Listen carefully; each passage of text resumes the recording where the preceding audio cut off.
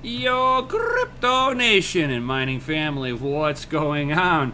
It doesn't look like I'm dropping any frames today. Everything is going good, so hopefully the censorship gods are done censoring us. Because it was like the moment that 3D here started talking, game over.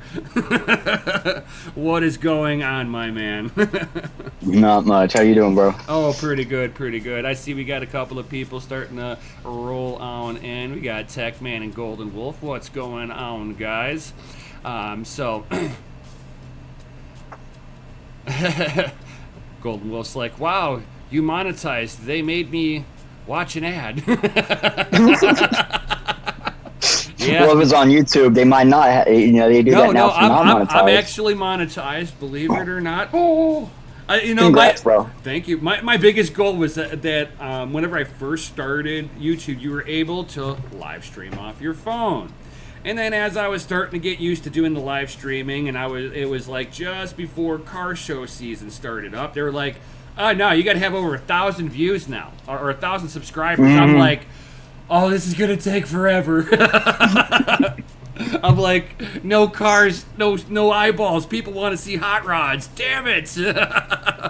Truth. Right. Because like anytime that I've done my like worked out in the garage or something like that, like people watch. I don't get it. Talk about some of that Bitcoin knowledge, man. They're like, next. That's when you got to combine the two. You got to mix in the Bitcoin with the cars. Right. What's going on, big room? What's up? So, as today's title is, like I was trying to do yesterday, let's kind of break it down. Are NFTs the future, or are they no more than Beanie Baby or like street art merchants? It's like I kind of sit in the middle. I see some usability behind it. I see the fad, and I see the 90% of the idiots out there that are going, art, digital art. This is what it's all about, digital art. You're gonna monetize the artist now. The artist rules. And then I look over here, and it's like, oh, buy this NFT over here, and you can access this private website over here. Now I see utility, stuff like that. But for anybody who's new around here, and don't understand NFTs, my man, break it down to me like I'm a 5-year-old. What the hell is an NFT? So an NFT comes down to just basically being a hash, like any other cryptocurrency token. And what that hash can do is it can actually wrap information or relay information to someone. And so that's pretty much the biggest point of an NFT is it will allow you to deliver something to someone. You don't know who it is, what, when, where, why, and they can be of any wallet address on that chain. So when you come down to it, what is your NFT? Your NFT is a hash identifier on the blockchain. It's an exact location. It gives you a timestamp in retrospect to where we're at, wherever in the future in the blockchain, not the actual timestamp on the blockchain, whatever metadata. And that can allow for provability. Now, this can be a way to replace IP law. It could be because most blockchains, if you look at it like this, they're designed to get rid of regulations on things that we don't need regulations on no more, thanks to the protocol. So I can prove if I took like any kind of document and I put it inside the hash, not on a public spot where your NFT cover normally is located, but I put it inside the hash, and then I put that hash into an NFT. I put that in my wallet. If anybody else was to take the same patent or whatever document I put in there and put it on the blockchain or put it out anywhere else, even after I go public, I will always be approved. I had it first because of the blockchain time stamping in retrospect to the future. And that's really what it comes down to, is it allows a certificate of authentication that cannot be removed. Whoever owns that. Wherever it was minted on the blockchain, it's minted on the blockchain. You can't take away that position on the blockchain. You can't take away that timestamp. You can't take away none of that. That's really all it is.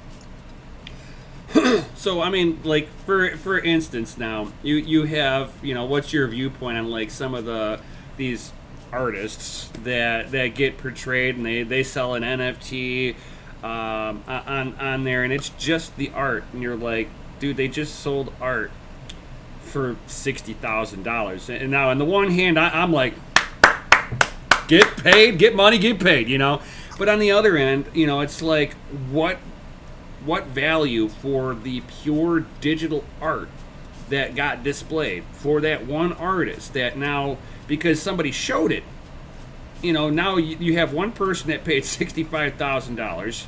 All it was art, and now you got 1,000 people that just screenshot that shit for free. Yeah, Because I know that's like a trigger point for you. Because like you get a lot of people that go, "Hey, I could just fucking screenshot it, and why do I have to pay for it?" And for the pure artist that's just digital art, this argument I believe is 100% true. Okay. Yeah, there's a lot. Well, let's go to this first off. All of your NFTs you can download. Stop screenshotting it. So if it's a movie or a video, you can actually get the full actual stuff because it's stored somewhere publicly.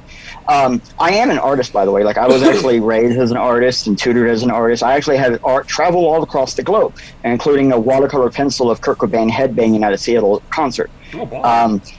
And so I don't ever consider NFTs all art. So the people who are going, this is just my art. The only thing that NFT really did was whoever owns it can prove they own it. Now that's cool. If you want to use NFTs to distribute your art, that's fine. I've seen NFTs. Like I've actually made drafts and plans for Minecraft guilds, Minecraft buildings. You know, just how to do it. Put it into an NFT, and I sold it as a picture. I think it was a white image, so there's nothing there.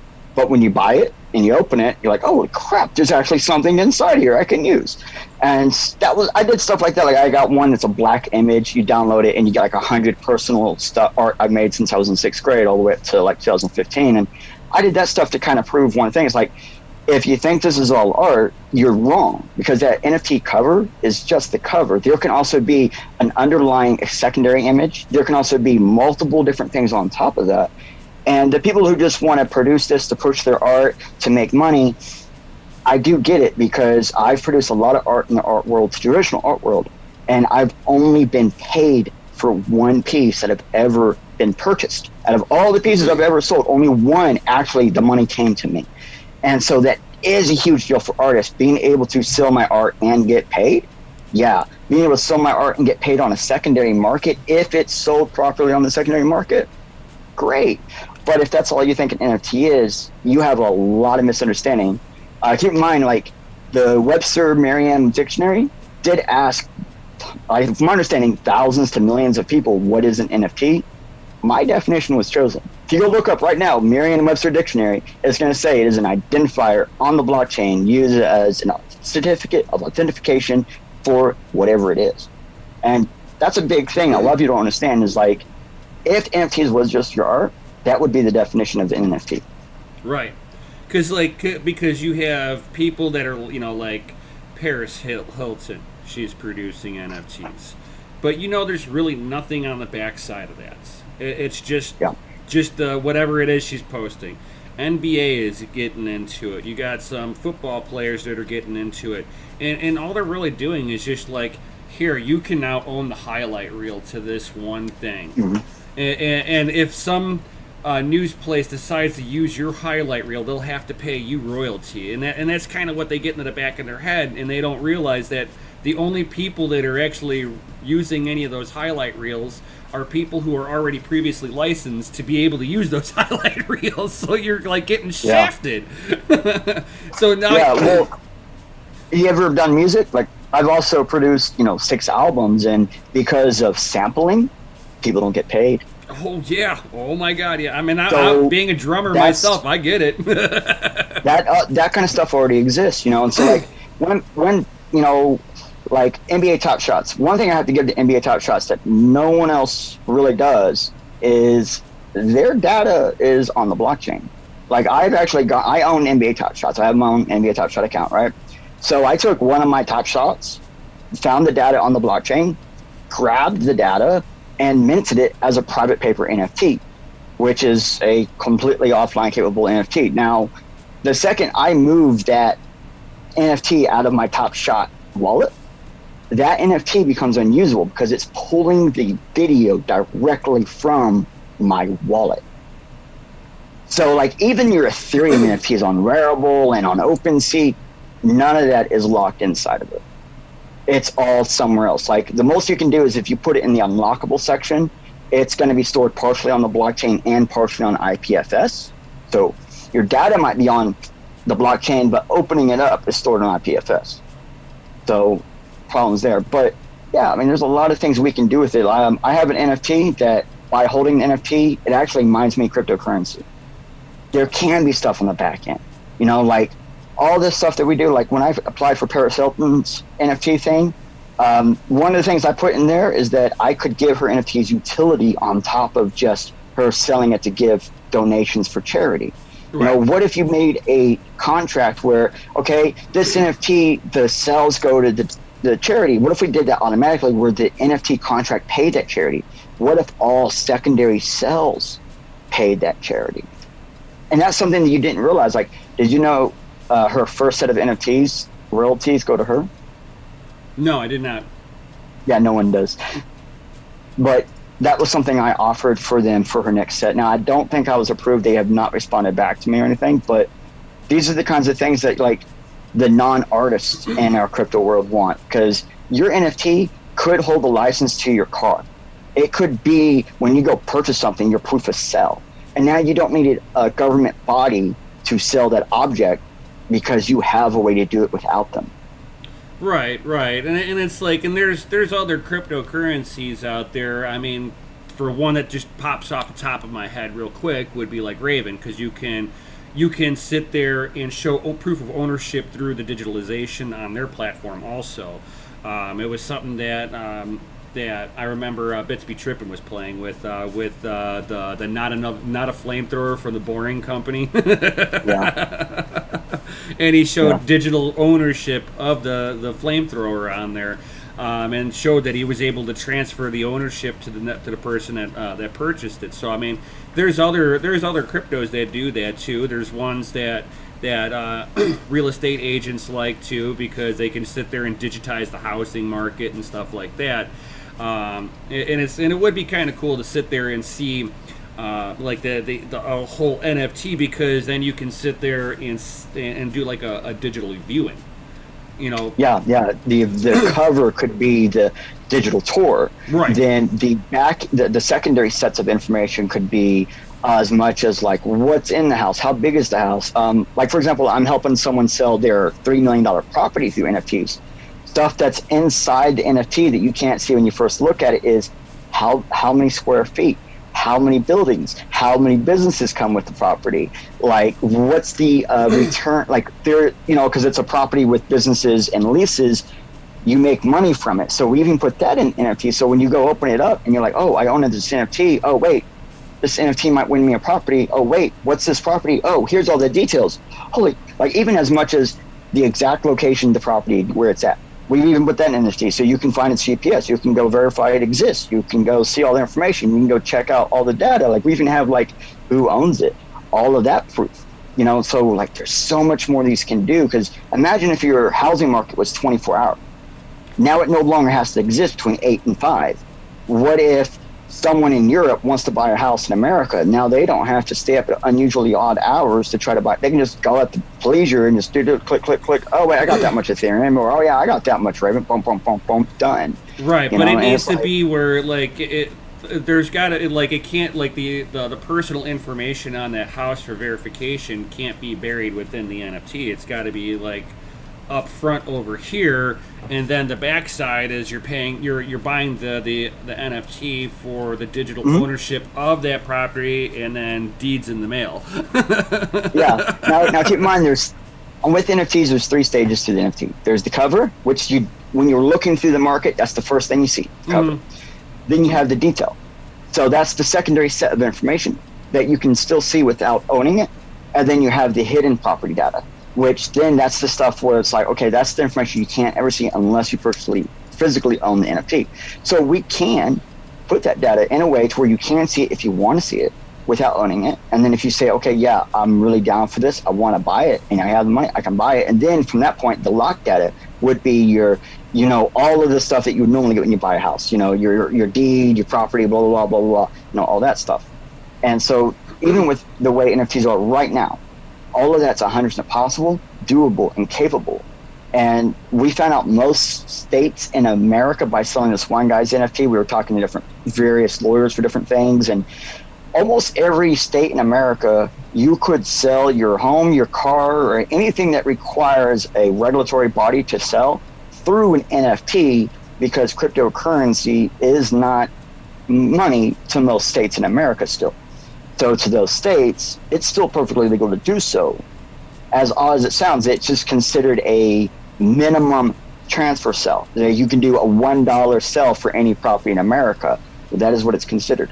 Right. And then you don't have to worry about taxes on your end for the sale. Just to people like when you normally buy a property, you worry about taxes there, right? Right. Well, I bought the property, now I got to pay taxes. Same thing. Nothing changes. The only thing that changes is what regulatory body is actually performing the actions. Is it a blockchain or is it a government? Right. And also keep in mind, like, all this NFT stuff can be done on Bitcoin. I've been putting advertisements on Bitcoin since 2012. Like, there's Tron advertisements, there's advertisements for 3dbtclist.com. Oh, Tron's dead to me. That fucking shitcoin and that project's dead to me since fucking Justin Sun just defected to the fucking CCP. Fuck that shit. I first started not liking Tron when he bought Steam. Yes. But this is like that final nail in the coffin. yeah. It's like, I still stake Tron, but I also never buy Tron, never mine Tron, never use Tron. I only stake Tron to sell Tron to dump the market. Just like I mine Bitcoin Cash to sell for Bitcoin to dump on the market. Right. If you're not happy with something, sell them. Right. There are also people out there that are like, I can buy an NFT worth 60 grand, 6 million if I want it, don't matter, right? Actually, there's an NFT out there for 9 million. There's like a lot of them. So go out and buy one of them, then you can burn it. Then you can just destroy that NFT forever. And there ain't nothing nobody can do about it.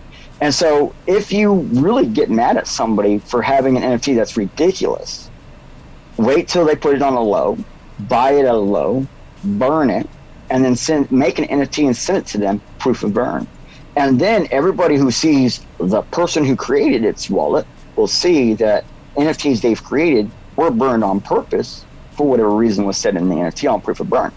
And so, like, we can even use NFTs to help regulate NFT creators and NFT collectors and miners. And like, I've seen people where, like, I put an NFT up and I was trying to give it to a friend and someone snatched it real fast because it was cheap. And I was like, oh, oops. I actually just like messaged the person through an NFT. I sent them another NFT that basically said, look, I was trying to give this to this person. You grabbed it on accident. Anyway, you want to do a trade for it back?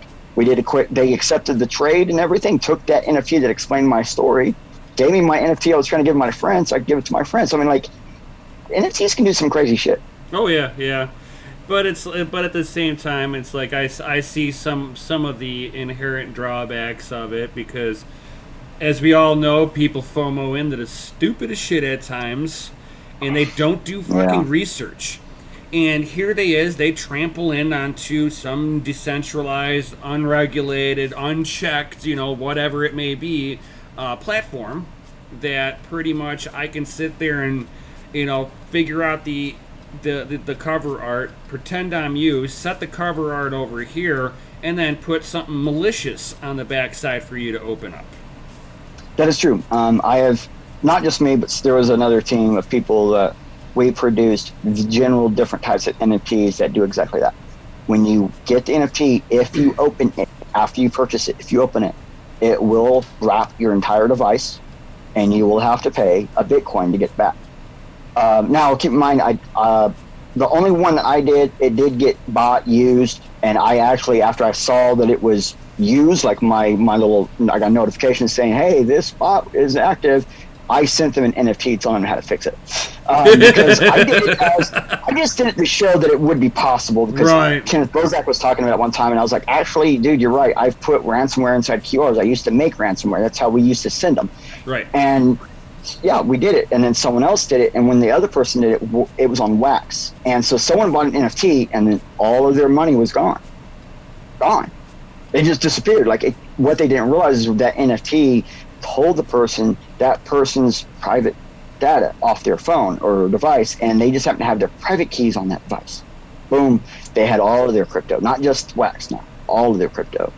But the problem is, like, everything that everybody has a problem against NFTs, all that stuff exists without NFTs anyways. Right. Like, every NFT is kind of like taking when you're trying to sell art, some people actually put their art in a window as like a display. People will walk by and take a picture with their phone and walk on.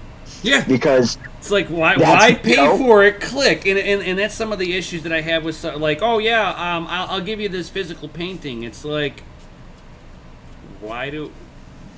Yeah, that's someone who doesn't know how to add utility trying to add utility. Like, I don't know how to give you utility, but I actually am an artist. Let me send you the real deal. I get that, but at the same time, like, NFTs are best as a delivery service. Right. Or you get those. Oh, I'll send you the poster. It's like, please, I could do that myself. Yeah. Why do I need you? I might as well just take your art and then just go. I mean, I'm sure you've seen me, like, randomly asking people, like, going, what do you get with it? Come on. Yeah. I mean, and there was at least one person that they gave you a list of stuff. They were like, you get this, you get that, you get this, you get that. And I was like, that person's trying to make a living with NFTs. It's not just that, oh, I've got this art. See, look. It's like, yeah. No, I don't want that. I'm gonna give it to you. They'd be like, no, I don't want and then that. they were like, and then it was like, oh, if you don't want the physical, I'll give you the digital. And wait, I already got the digital. I just bought the NFT. Right. If it's just a digital, let me hold on here.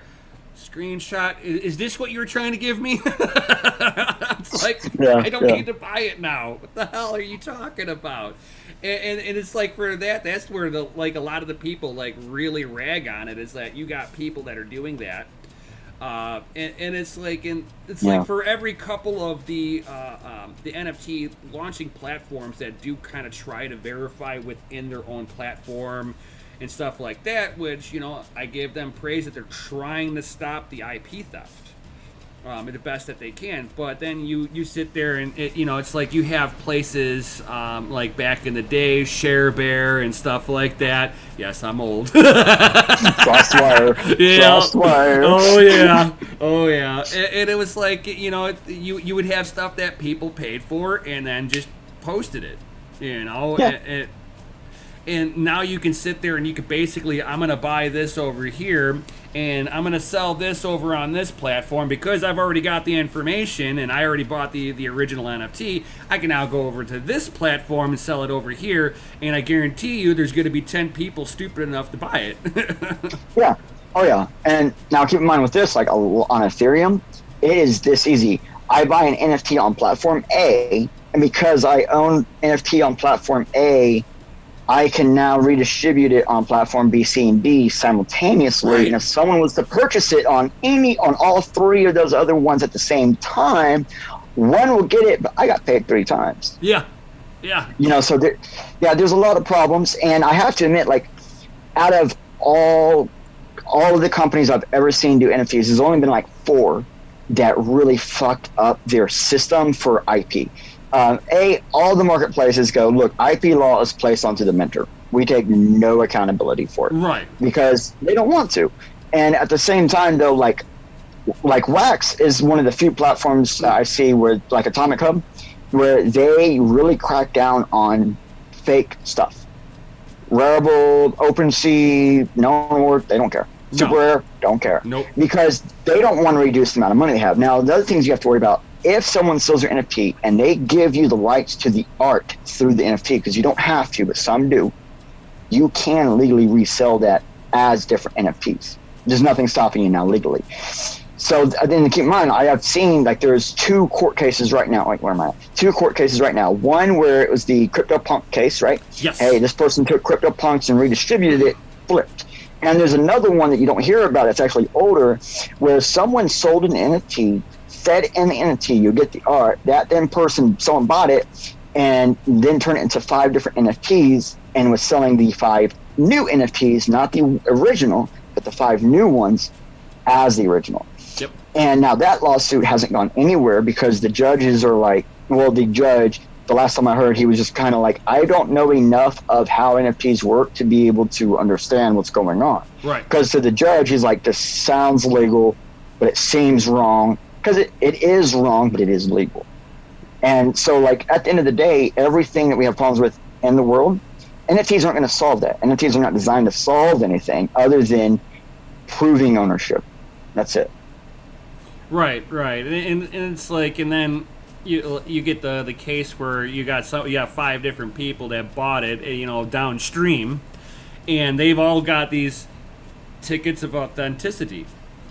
It's like, and that's always been an issue. It's like you've got to trust that the authenticity certificate that's coming with whatever you just bought is original and is legit. You didn't just buy a forged copy, basically. Yeah. Now, that's why they always say in crypto, don't trust, verify, do your own damn research. Who does that these days? I still do. I still do, thankfully. I know. I get on to, like, even my kids. We were doing something with my daughter. I was going through a parking lot, and the parking lot's like one way this way, right? Someone was trying to go the opposite direction, damn near hit me, so I stopped in front of them because they're in the wrong spot, whatever. And I just kind of, you run into Peter this Schiff? is the wrong way. Pretty much. And I was like, hey, man, blah, blah, blah, this is one way, just be more careful, whatever. And my daughter was like, oh, well, I bet they're just trying to get through. And then they told us, oh, we're just trying to park. And I'm like, he was trying to park, you just had to stop like this much sooner and you would have been parked perfectly. And so I told my daughter that as we're like going around to drop her or whatever, and then they pass us by like seconds later, just like as fast as they can and leave. And I'm like, see, they lied 100%. You can't trust nobody. Nope. It's like, and people just keep on blindly, yeah, this is awesome. I'm going to FOMO in at the top. Yeah. I get a lot of friends that they'd be like, oh, I made this NFT, buy it. And I'm like, nope, not going to buy it. And they don't understand. It's like, you don't have to buy every NFT you see. I like to buy NFTs that are, okay, someone saw this one NFT and it did really, really well. So they made a basic copy of it, but it's not exactly the same. It's like their own version of it. I like to buy those more because it's like fan art. I like fan art over the regular art anyways for like games and shit. And so I'm noticing like that's like the fun stuff to buy into. Stuff for a fact is based on something that it's not, but it's nowhere near the same. It's just like like the crypto trees and like the crypto rocks instead of the crypto punks. Right. And I when you get down to the NFT world, it's like there are so many different versions of NFTs for so many different shit that it's like there's almost something for everybody, even if it is fake and bullshit. Like I own one NFT. I knew when I purchased it, it was a fake NFT. And I still purchased it because I think the only thing I had to pay was gas costs. At the time, gas was like 30 cents. And so I didn't really pay anything for it. And when someone approached me, on a different platform, they noticed that I held it in my wallet. They're like, why would you hold an NFT that's fake? It's fake, right? I was like, yeah, I know it's fake. Why'd you buy it? So no one else would. That does exist. I mean, like, we can regulate the systems ourselves if we choose to. If we choose not to, they just keep doing what they're already doing without these systems. So either you try to make it better or you just let it go on its own. And that's why, like, almost every NFT platform I've had my hand in it, either I was on the advisory board or in the helps, or I help with the community groups or whatever, or I help build it. And I even own my own internet, I own my own blockchain, I own my own NFT system, because if I want to be a part of the NFT system, if I want NFTs to be good, I need to show example the best way to do it. That's why almost every single one of my NFTs are utility. You're either purchasing the NFT to either get access to a private website, to a game, to do different things. Like I have one NFT on Ethereum. It was the very first sub-interactive video game NFT. You buy the NFT, and it's an actual game, but the only way to play it is you have to own it to unlock the unlockable, because that's where your game section is at. It's embedded inside of it. And then I have another NFT. It's called Around the NFT. It's actually like a board game. It's a digital board game. So it's like, okay, what's the point of a digital board game? Everybody owns a copy of it. No one can see each other. Oh, wait, I can now play this board game kind of like Monopoly with my friend in Japan and my friend in Ukraine all at the same time. And we don't have to do it at the same time. So I can make my move, tell them I moved, and they make their move, and we can take however long it takes, But the point of it is it's an actual video game inside your NFT on a system that does not support interactive NFTs. So show by example how to do things better. Don't Don't keep with the flow. Like, yeah, I take NFTs really personally because I've built almost every system you see out there. I've had my hand in it. Right. And that's why I take it personally, man. And it's like whenever like you see me kind of like shit posting on Twitter and stuff like that, it's like I know a lot of the utilityness behind it. So I mean, but I make it so black and white on there because I want to make sure I want to see the people that truly understand what the fuck they purchase. Not, oh, you don't understand, clown. You're a fudder. You're creating FUD. This is good digital art. And it's like, you're the moron. Because you obviously don't understand what I just did to you. And you just publicly showed that you don't know what the hell you're buying. It's like, you don't even know why it is that I'm fudding out. Because I want to sit there and have somebody, and it was like, whenever I did it to you, and it was like, I'm like, oh shit, I did it to the wrong person. I did apologize because I realized, okay, I'm being a dick. I need to stop. I'm like, shit, I trolled the wrong guy. I'm like, I should have known that he would know better than anybody else I've trolled on fucking Twitter. Yeah. But again, even though it was like, even having that rhetoric going back and forth on Twitter, it still shows, you know, to the people that were able to view that conversation, going, okay, there's more behind it than art. Yeah. You know, and it was like, and I was trying to make sure that I wasn't coming across to you as I was attacking you. I was just wanting to make sure I came across as I'm just trolling the shit out of you. Now, I don't get sarcasm, so I never caught it was just trolling. I didn't think you were making fun of me either. No. I just really thought you didn't know better. Like, that was it. I was just like, how does this guy not know? Like, he's a minor. He should know this. Like, this is crazy. I was just like, I didn't understand. I was so lost. Yeah. That was a good one because, like, there was a bunch of people that saw that and then contacted me immediately, and they were like, I didn't know any of that. And I was just like, well, I'm glad you saw it. I do this. And people don't understand that I'm that guy that I'm like, yeah, I might make it sound like I'm an idiot with it, but I want to see, it's me testing your knowledge. School me. Come on. What do you know that's about what's it? Up, bro. What is it that I'm missing? Now, that's some psyop shit, but that is what's up, bro. That is what's up. And it's like, and a lot of these, you know, like, I had to purge the Hex people off of my list because whenever I'd go to troll them, it was the same, like, propaganda that Richard Hart was spewing out. It wasn't, hey, every time. It was like, oh my God, I can't handle this, no way. And it was like, and then it was like I started seeing that, especially as the NFT started to like kind of taking that uptick. You were seeing that same hive mentality with the NFTs, and I'm like, oh dear Lord, this is bad. I don't care how good it is. You're talking what, less than 10% of the people actually using NFTs understand what the fuck they're doing. Yeah, if that. Yeah, if that. Mm-hmm. And that's what and that's what really makes the whole NFT market just fucking kind of like and that's why I kind of compare it with people to the whole Beanie Baby fad, was that it was like Beanie Babies, they kicked off, everybody was buying them, they didn't understand why it had value, they just knew that they had to have this one because it was worth $5,000. Yeah. And it wasn't, hey, this one artist who's world renowned, this is their personal artwork. It wasn't even that. It was just, hey, I gotta buy this now.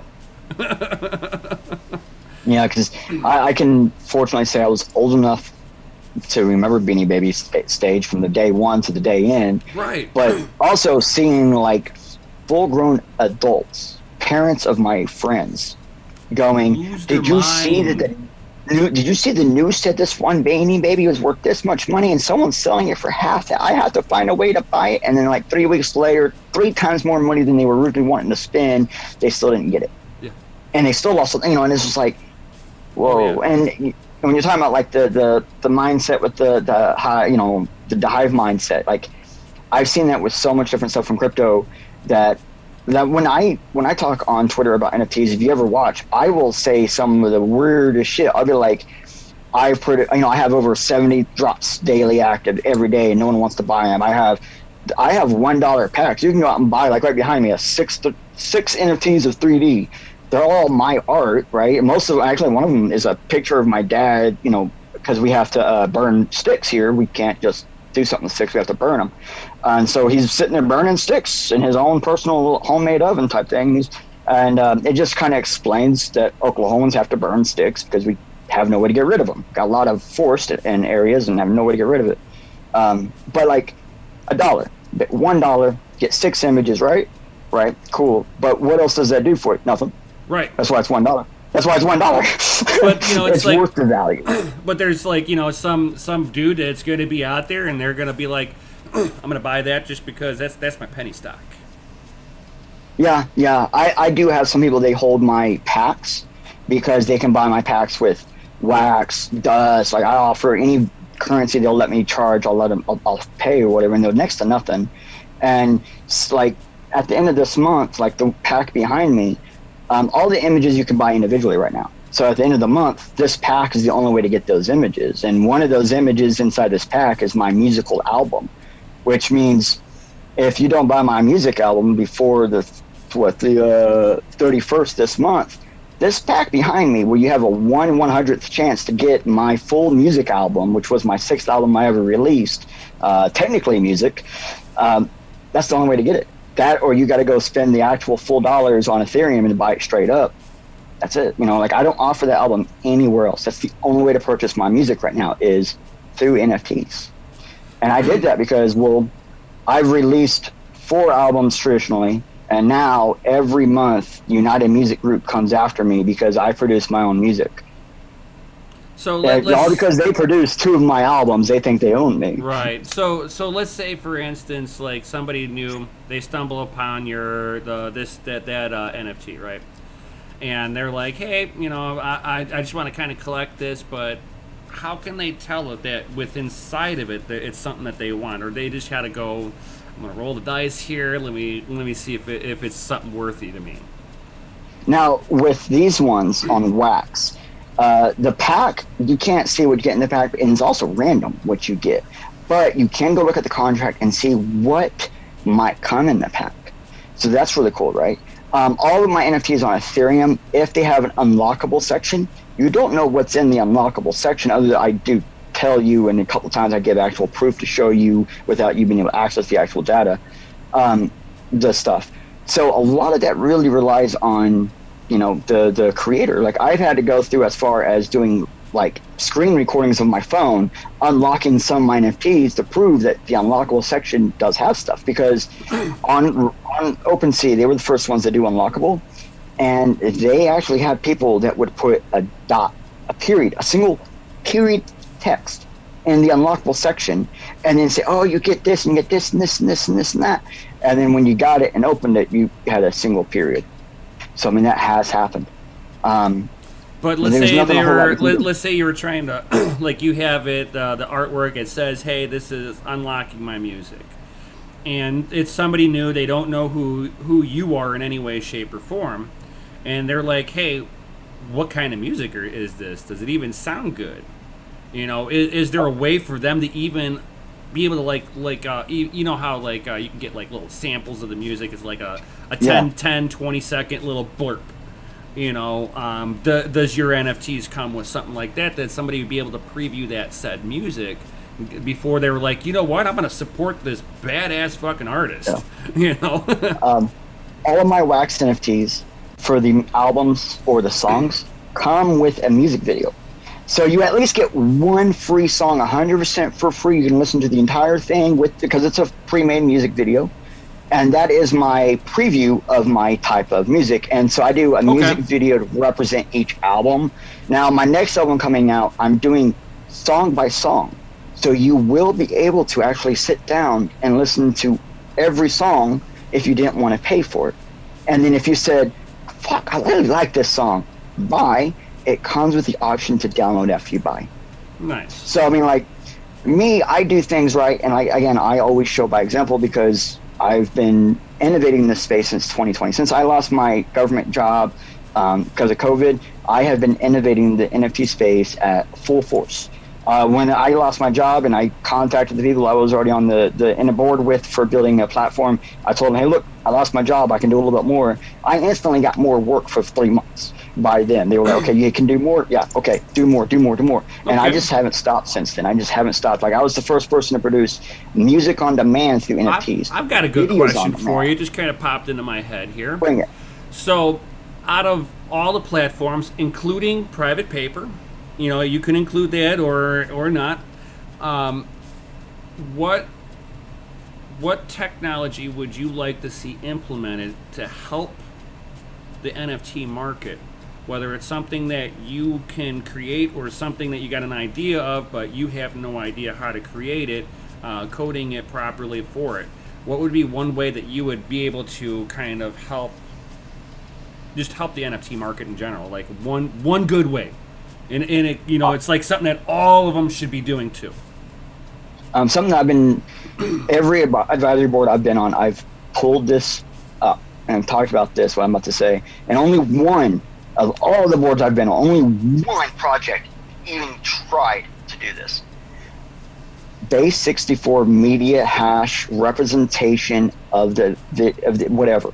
So when you produce any kind of media, whether it's a document, a video, an audio, picture, doesn't matter, anything, any file type, you can have it put into a base 64 hash, which is 100% directly related to whatever you put into it. So we can actually create verification systems based on the base 64 hash of the data, the media, even the stuff that's locked and unlockable. So you could create a way to verify that the stuff I'm putting in, whether it's locked, the cover, the secondary data, we can verify based on the blockchain information with all the other base 64 hashes if it's already been uploaded to any blockchain, any platform. This base 64 hash media needs to become a more standard across the internet. This allows offline viewable media, online viewable media, and you can guarantee that there's something there. Now I could create a lockable section. We can hash it. You can't see what's in there, but I can prove to you there is something there. And it based completely on the data. You can reverse that base 64 hash. Again, that's going to be locked data inside of it, but you'll be able to see that there's a chunk of X number of bytes of data inside of it. You might not know what it is, but what if you reverse that hash and you find out there's 1 gigabyte of data in there? There's a pretty damn good chance there's something other than text. Right. So we can use base 64 hashes for so much. They also reduce the size of whatever you put in by 30%. Why are we not using it? Because we can do things like LMZA compression. We can do base 94 compression, where we actually take a base 64 with LMZA compression and run it through base 94. Now we get 60% reduced data. I can take my entire NFT off Ethereum, reduce it 60%, store it completely in the blockchain, and now I don't need anything stored off the blockchain. This is the type of stuff that would take NFTs from where it is right now to a more secure and even solid system, because the NFTs on the blockchain could ensure that there's no other NFT of that same type on that blockchain of any point of the NFT. Now, you do run risk where it's like, I can take Ethereum NFTs and I can put them on Wax. Like, there's a bridge now where we can move them back and forth. And if we had a system that was designed within the platforms based on the blockchain for the base 64 hash checking system, well, then that would work there too. And the more bridges that get made, then the more we would be able to cross-reference and cross-check. So something made on Ethereum or Wax couldn't exist on both unless it was pushed through a bridge. Like, I've actually done I did a Wax NFT, and then we did the Ethereum NFT, and we used a bridge, contract bridge, to move the mint number 1 of the Wax NFT inside the Ethereum NFT as I minted it. So I've done that, and that was some pretty cool stuff. And then that Ethereum NFT with both the 101 Ethereum and the mint number 1 of the Wax was sent to the person who was actually in the NFT. It was like someone's music. So I gave it to them. And they were just astonished that they got an NFT, they opened it up, got another NFT, all of that. And like, all of that could be done with bridges and base 64 hash checking. We could have a secure way to ensure that someone didn't just fake the Ethereum version. And that's always been like one of my other arguments to this is like what stops the original creator of that said NFT from not starting to just mint it across all the platforms. Oh, you just froze out. Nothing. Your video just froze a little bit, but yeah. Ooh.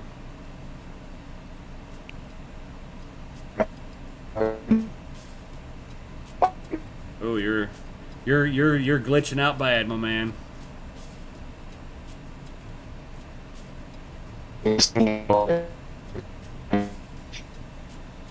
Oh, 3D, you are a robot right now.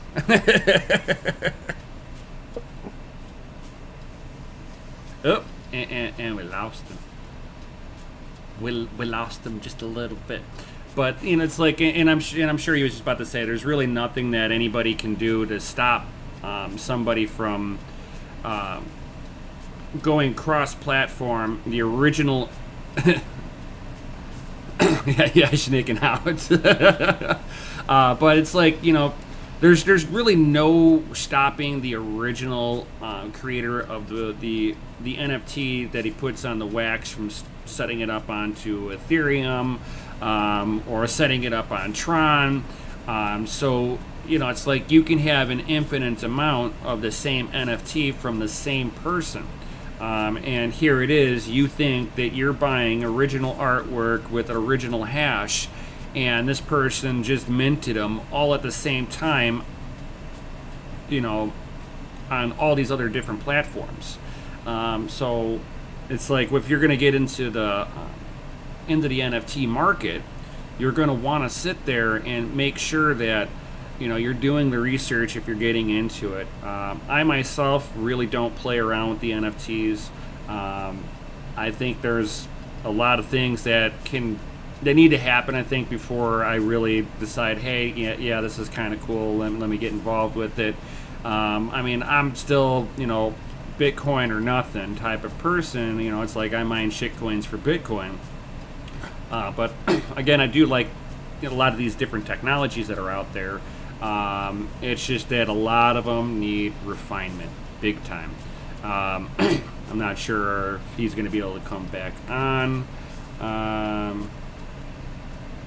or if his internet took a crap on him altogether.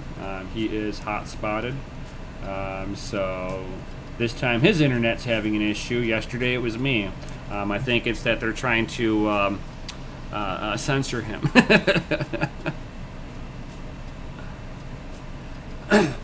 But it's like Golden Wolf, and that's where like some of it, like if he's just trying to kind of display the cool art, the cool photographs, and not trying to get rich off of it, just hey, I'm documenting through an NFT. Cool. But it's like at the end of the day, that's, to me, it's no different than making postcard art or being a street artist. As cool as it some of the stuff is, and as good as some of those street artists really are, it's the you dial back to the whole starving artist at the end of the day. I think one of the biggest things that will hold back the NFT market is that there's no real way to directly onboard into it. So it's like you've got to get, like for anybody in the United States, you're onboarding into Coinbase, Kraken, whatever, and then you've got to move, and then you got to come across the NFT market, figure out where you're going to go into it, and then kind of start going into the ecosystem that way. So there's just too many multiple steps to get to the NFT itself. I think that is a big holdback for a lot of the NFTs. Oop, it looks like he is back.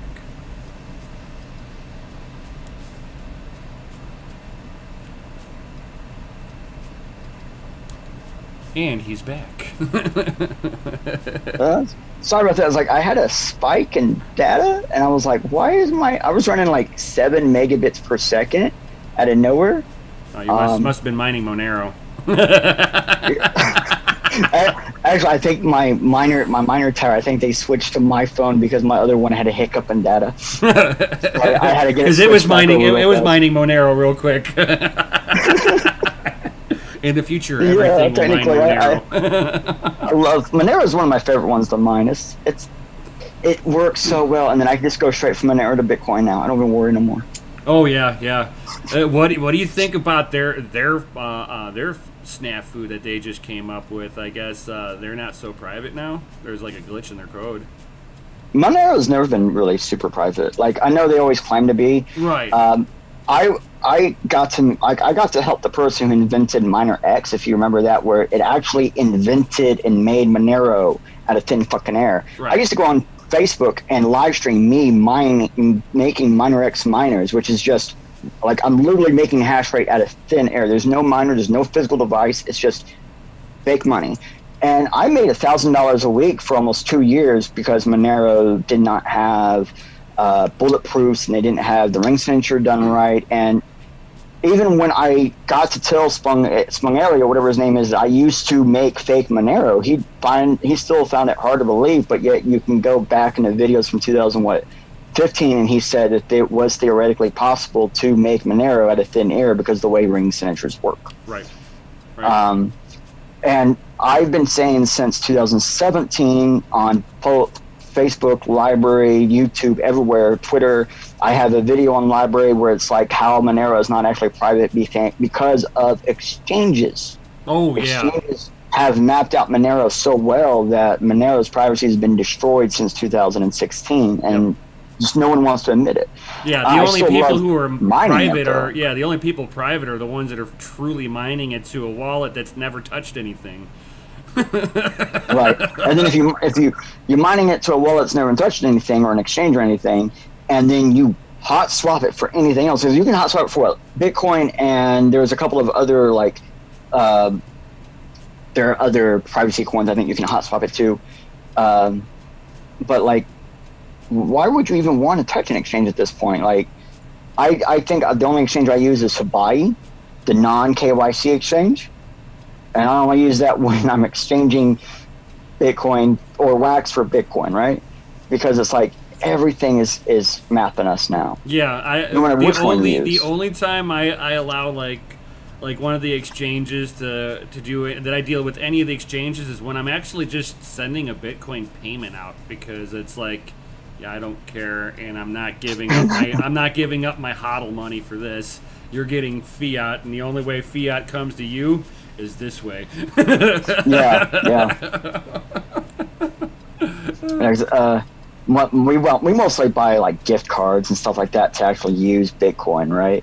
But yeah, every time I gotta go to fiat, then it's like, all right, I gotta go find somebody with a Cash App that will let me do this real fast. And I've actually had to go to people and be like, just let me use your Cash App. I'll send you the Bitcoin. You're right here. We'll go right there to Walmart. You'll buy a drink. You'll get whatever drink you want. Just then hit cash out and give me my cash. And at first people think I'm crazy, and then I think there's like 2 people that I can call almost any time, and they're like, okay, because right. they're unbelievable.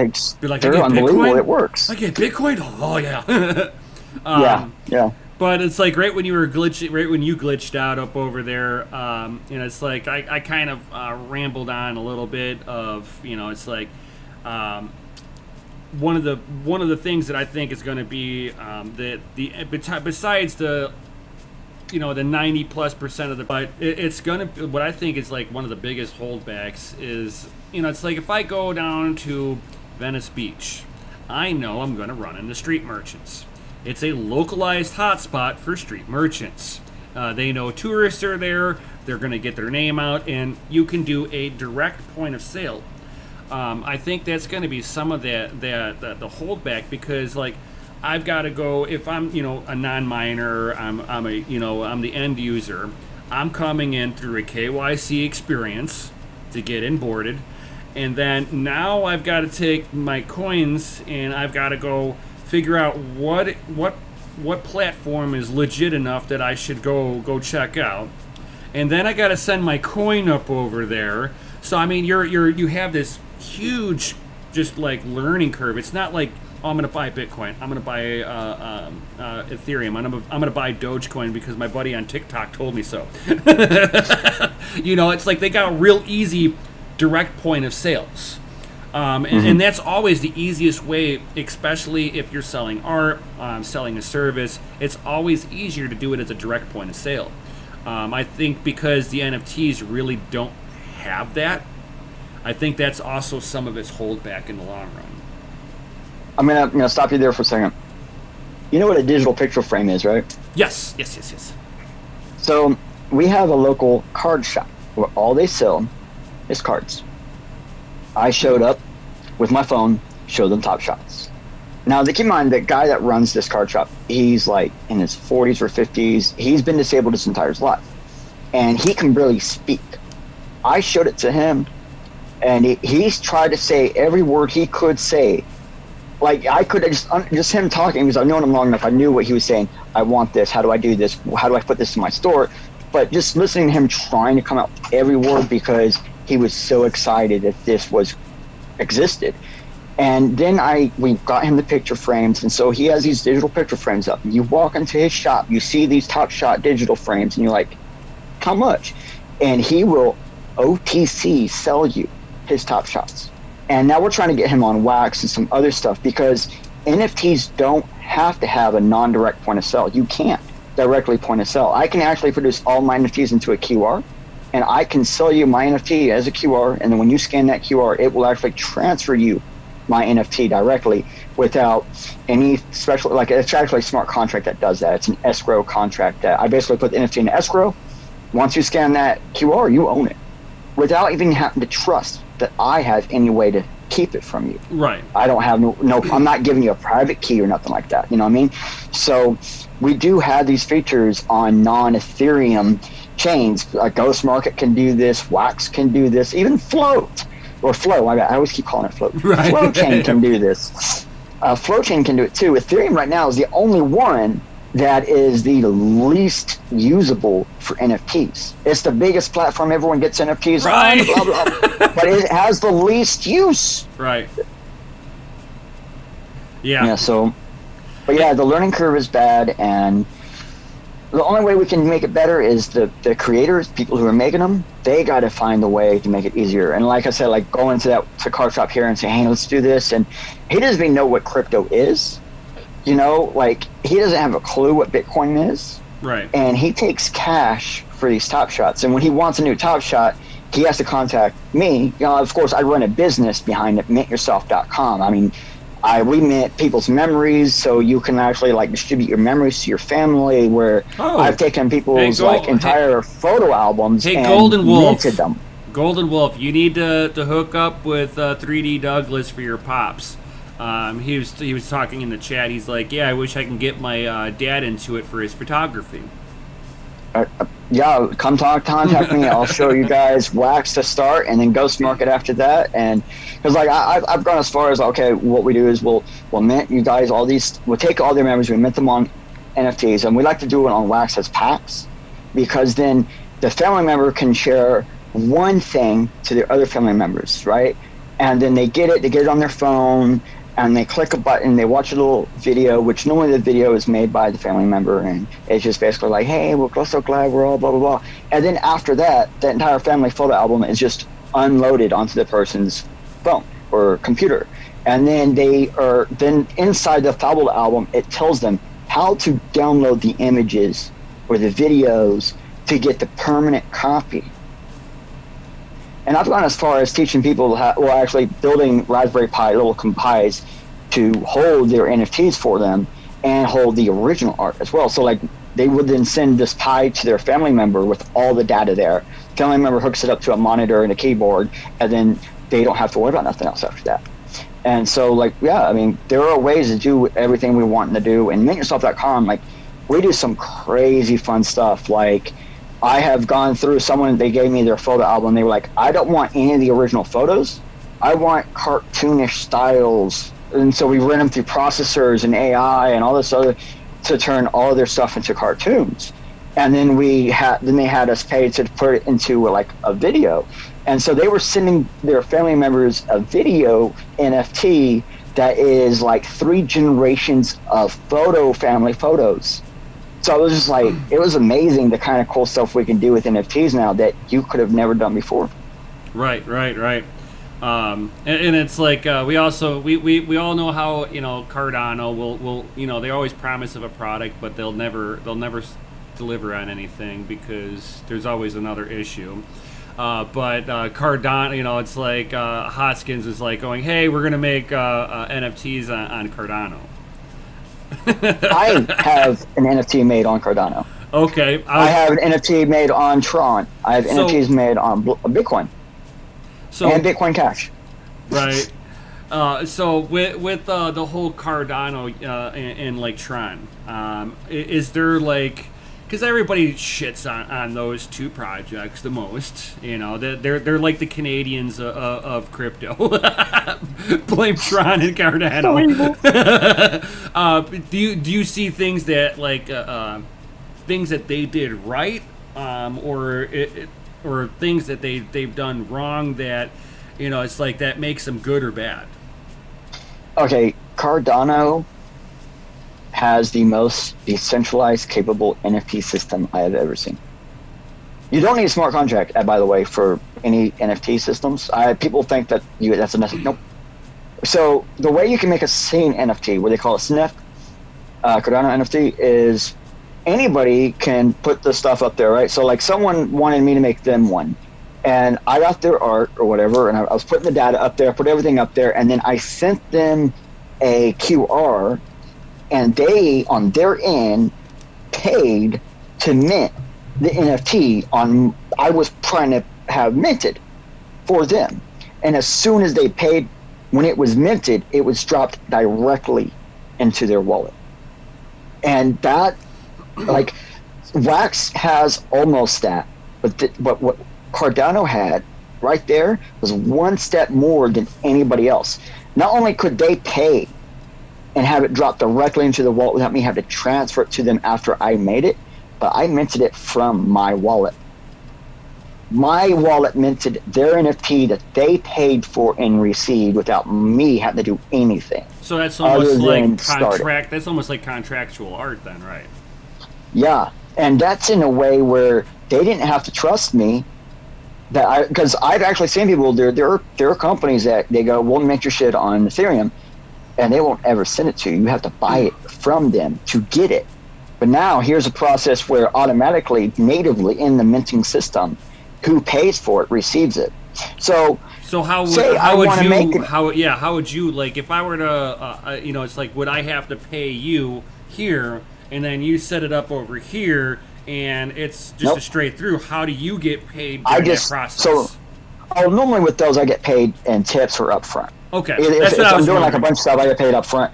But I mean, like, this is stuff that you couldn't do. It's like I can set up all the NFTs and then send you QRs, and then when you have the money, you just pay, and then they're instantly minted when you're ready, right? That's not possible anywhere else. That would be cool to be able to sit there just in one transaction, almost like a flash loan. It tips you and pays for it at the same time. Now that would require a contract, right? But that would actually be really nice. That'd be a nice functional feature for people who are doing that for, let's say, not so much an NFT, but even having the NFT for somebody for promotional usage, for commercial billboard usage, and here it is. Your contract fires them the original image. It takes it directly from the creator, and you get paid in the process of all for doing the work. Oh, absolutely. Now, one of the ways that we do something similar to that on Ethereum is my address would be in the OP return for a set amount. So then what it basically would be, I don't know if Cardano does OP return on their blockchain. They should, because if a blockchain does not do OP return, there's something wrong there. But that is how you would do it, is you would say, okay, here's you would go onto your wallet on Cardano and you say, okay, I'm going to send a transfer to here, this amount, but I also need an OP return of this amount and to here. And because an OP return is just like, okay, I'm sending all that I have, and then whatever's left comes back to this address, right? And right, yeah, your change, yeah. Okay, so if I know that I'm making 100 NFTs and then they cost whatever it is, right? I know what it is. I could actually set up a wallet, send the amount of funds plus the tip I want to pay the person, me, and then just pay from that wallet. And now my OP return, I don't have to worry about. I know where it's going to go. It's going to go to the person I designate as my OP return. And so there is a way to do that already. Now, again, Cardano specifically, I'm not sure if they do OP return. I haven't looked in their blockchain as well as I should have. But I don't really care about Cardano that much either, so that's why. But now, Tron, though, I know Tron has OP return. I know Tron does all that, because Tron is just a copy of Ethereum 100%. Right. Now, Tron, was there though, anything that they did right or they did wrong? They did a lot of stuff wrong. Like, even owning a Tron NFT does not mean you own a Tron NFT. It's really confusing because, like, none of the data is on the blockchain. So anything that you see as a Tron NFT may not be real. It actually could just be a Tron token. Oh, and wow. It gets really confusing because, like, on Tron, you can already set images inside the blockchain data as metadata, right? So I can already have a image on a wallet or an image on a coin or an image in a transaction. That's already possible.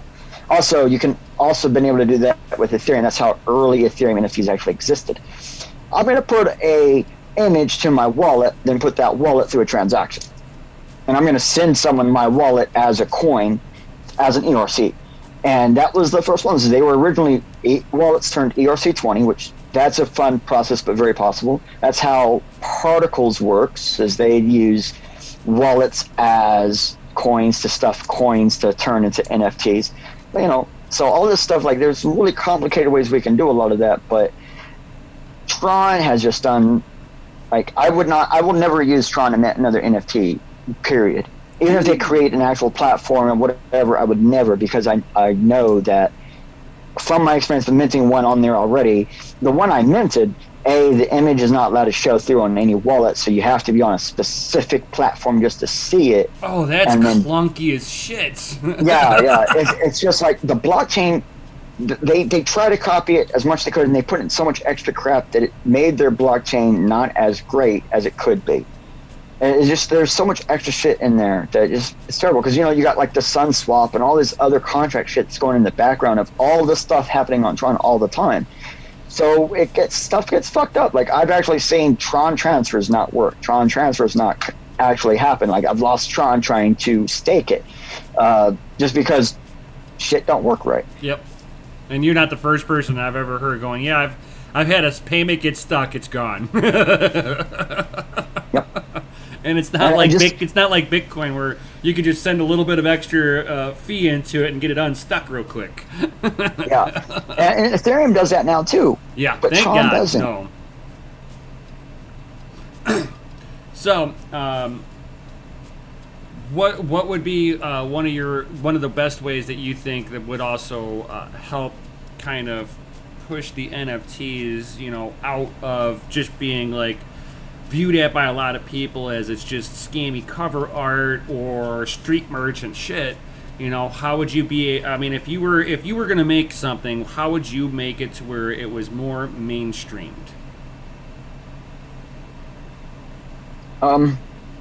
Because, like, to me, mainstream means that Joe Schmo that has an Ethereum wallet or whatever, he just doesn't really know what he's got when he has it. Yeah.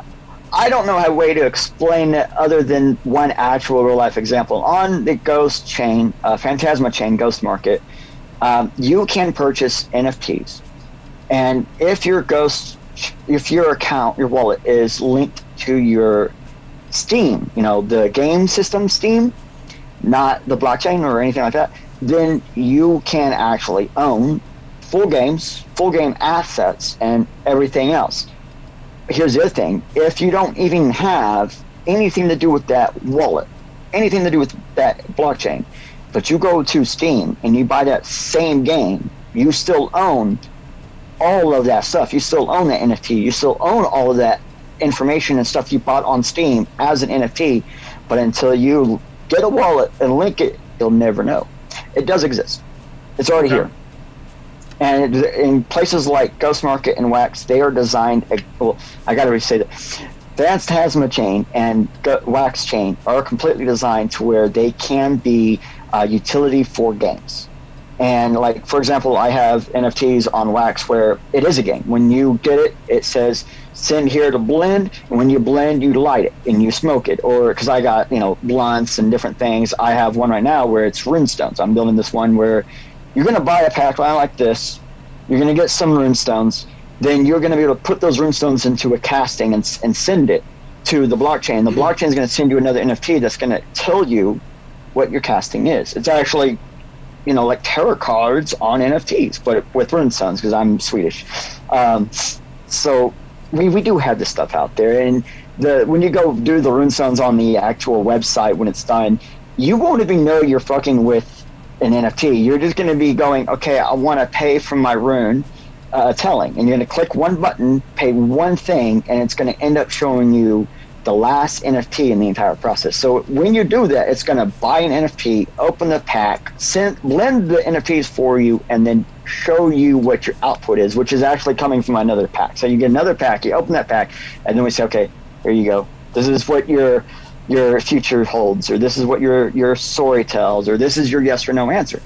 And they're never going to know they're owning NFTs in the process. But at the same time, on the same website, they can go settings, add wallet, and then own all their NFTs. Yeah, because like that, I mean, to me, that's got to be part of that whole, everybody talks about the grandma test. It's got to be so seamless that people don't realize they're using it. And with the blockchains that have open API, all of that's possible. Keep in mind, Ethereum is not an open API. Yep. That's why Ethereum, in my opinion, sucking more and more. Not only that they're screwing over, not only that they're screwing over the fucking miners by changing the rules right at the end. Yeah. Oh yeah.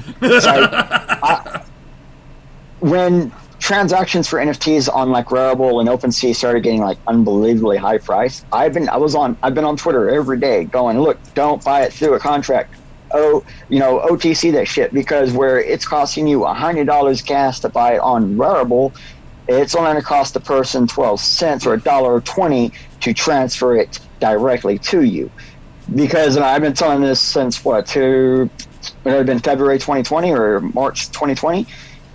Contracts on Ethereum do not have to charge, like they can overcharge you gas. Yep. They can say, look, we're going to be put into a block. We're expecting the gas for that block to be 1.5 Ethereum. The burn on that's going to be 7%. And so we need to cover not only the burn, but we need to cover the gas fee. So we're going to charge every person who might be in that block the full cost of what we are going to be charged.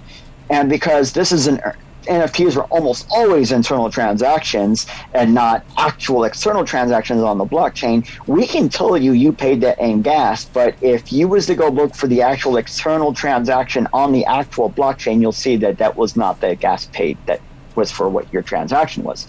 People don't know how to do that. So people kept paying millions in gas to these platforms saying, it's going to the miners. And then while the miners like me are going, we're not receiving that. Right.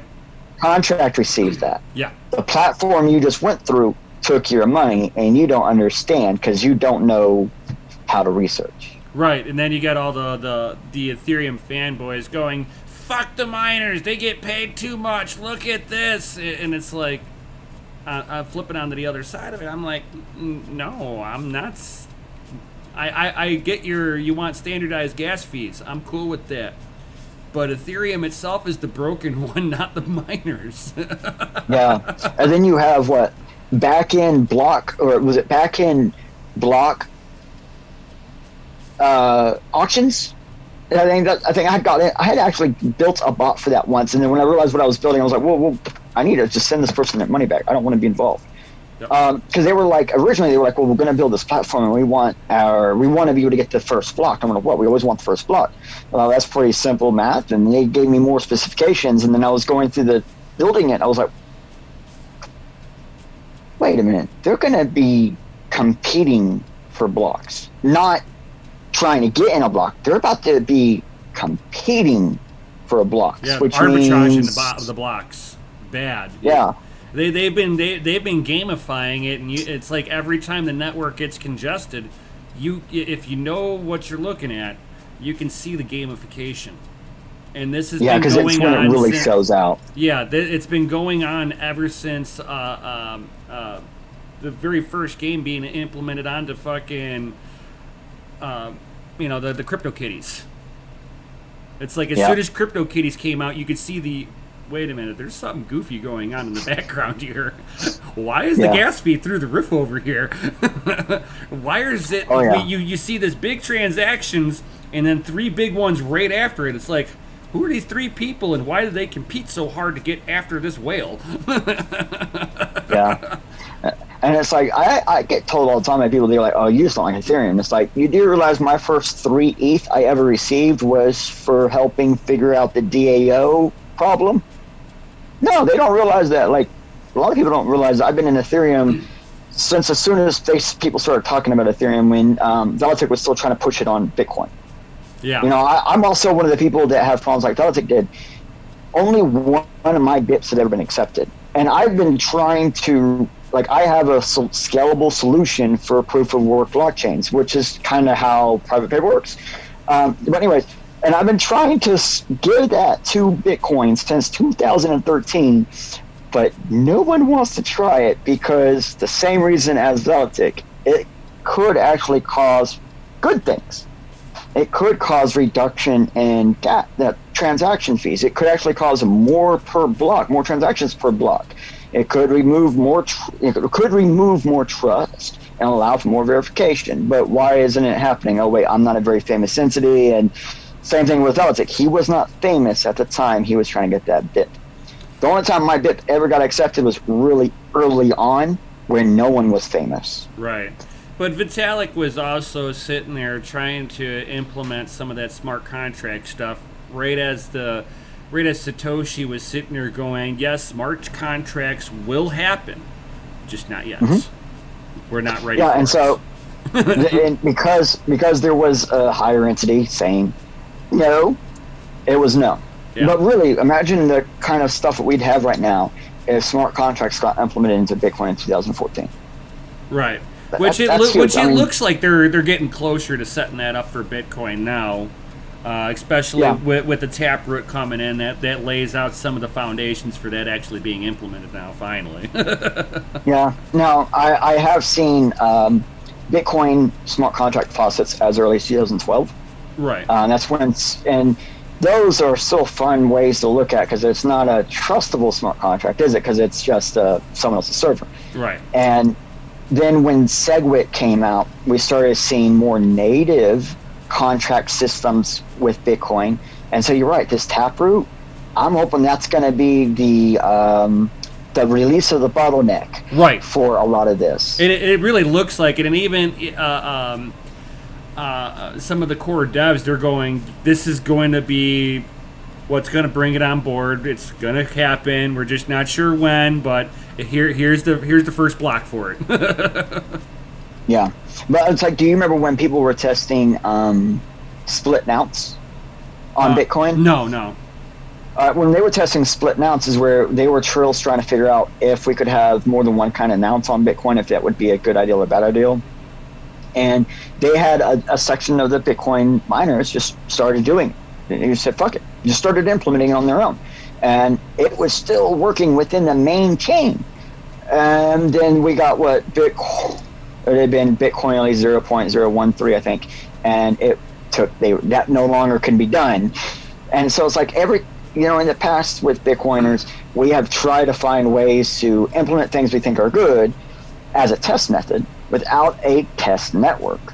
And then I believe it was Bitcoin 0.15, we had testnet systems, but 0.13 got rid of the ability to do internal testnet on Bitcoin. Now, if you want to do it, you actually have to be on your own port, you need to be on your everything. You can't even try to go into the main chain. You got to set up your own little playground and hope that you got a good enough server for it. and I think to me, that kind of hurt Bitcoin a little bit.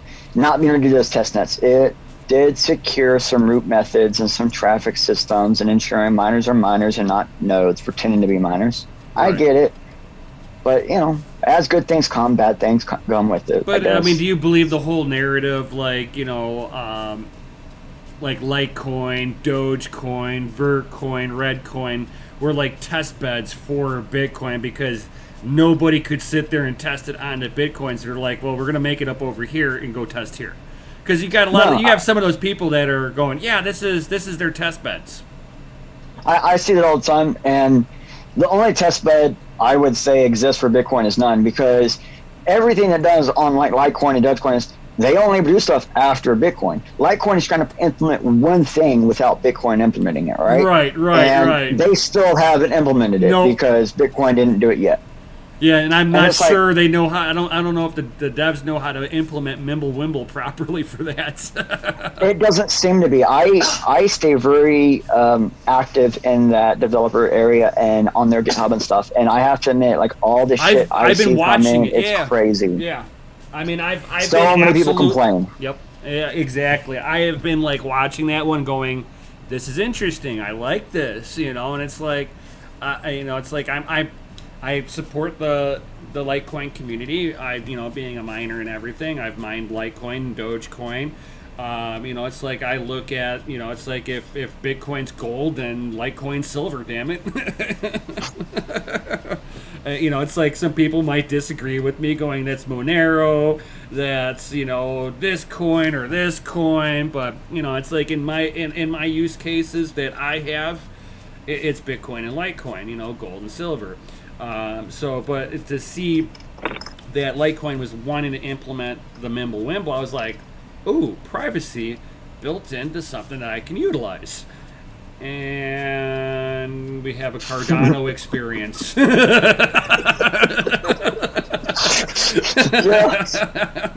It's like, I mean, Bitcoin Cash, what was it, like 4 months ago, implemented a small change in their contracts, or their main way they do their shit, and where it's like they actually have slightly more privacy than Bitcoin does. Did you know that? Yeah, a little It's bit. like, that's kind of sad, but at the same time, like, we're getting to a point now where, you know what, Bitcoin Cash might be more of a test bed than Bitcoin. Bitcoin Cash actually did SegWit first. Right. Bitcoin Cash tried SegWit 2.0, and then it turned into BSV, which again turned out to fail. It's failing right in front of us right now. Right. So if you want to say anything, Bitcoin Cash is proving to be a test bed, even though they're not trying to be. But then some people will sit there and be like, yo, Bitcoin has privacy built into it natively. I mean, the wallets natively support VPNs. Yeah, and Tor. keep in And mind, Tor. like, It's like, oh my God. it's like I'm one of those people that's been saying that China has never had a hold on the majority of Bitcoin hashing, because good privacy Bitcoiners will never do anything outside of a VPN. They will only use VPN. And that the fact that there are more VPN companies in China actually shows that we're just probably more bouncing off their networks than anything else. And then when we had that big drop in actual, like those two major facilities in Shenzhen shut down, and we saw proof of it, that it was shut down. And what happened to the hashing rate? Nothing. Because, they had a lot of miners and they have a lot of mining companies and facilities, but they weren't, a lot of them don't actually mine Bitcoin over there. They mostly, they like XMR, not XMR, it was XRP is real famous over there, Tether is real famous over there. They're actually mining other stuff over there than Bitcoin. Right, because they hold on to Tether because they can sit there and push that out of the country and not have to worry about capital flight. And if I remember right, China and a couple other countries over there have actually recognized XRP as an allowed currency because they were able to implement it inside the China's CDC, like not CDC, their digital currency. They have their own digital currency that XRP works with. Like they can, like XRP it has not a problem telling China when Chinese people use their money and how much. Right. Oh yeah. Well, all right. Well, it's been an hour and a half of some awesome conversation. Where can people find you if they want to reach out to you to do NFT art for them, set them up like our man here, Golden Wolf, that maybe might want to get a hold of you for his pops? Where's a good place for people to contact you? Right now, my only good place to get me is on twitter.com __3D __.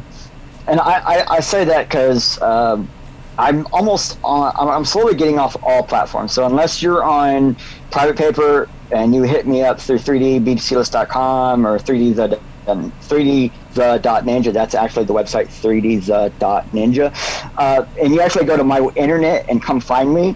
Twitter is pretty much the only place you find me. Right. I don't really exist anywhere else, and I'm doing that on design because I don't like Mastodon. What? You don't use Mastodon? No. Well, then again, I just got my first actual computer this year since 2012. Everything else I've owned before this, either it's like a microcomputer, like I got a parallel. Almost all that's for mining or DNS or work. Like an actual computer for me to use as a computer, got for the first time this year since 2012. And no, I don't like Mastodon. I don't like a lot of that stuff. That's why I have my own internet. I don't even like the internet I exist on.